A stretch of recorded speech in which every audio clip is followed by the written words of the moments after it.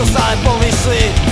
Overá mi to kyslík, nemám žiadny čas si vydýchnuť, niekedy ani čas sa nadýchnuť. Keď to už konečne skončí, ja si pôjdem oddychnúť. Tak to sa cítim každý deň, že to na mňa veľa, to už dávno viem. Chcem si ísť niekam užívať, ale o tom môžem iba snívať, pretože nemám na to čas. Pozrieš na prdo a potom iné, zas je to ako začarovaný kruh. Pomôžte mi z neho.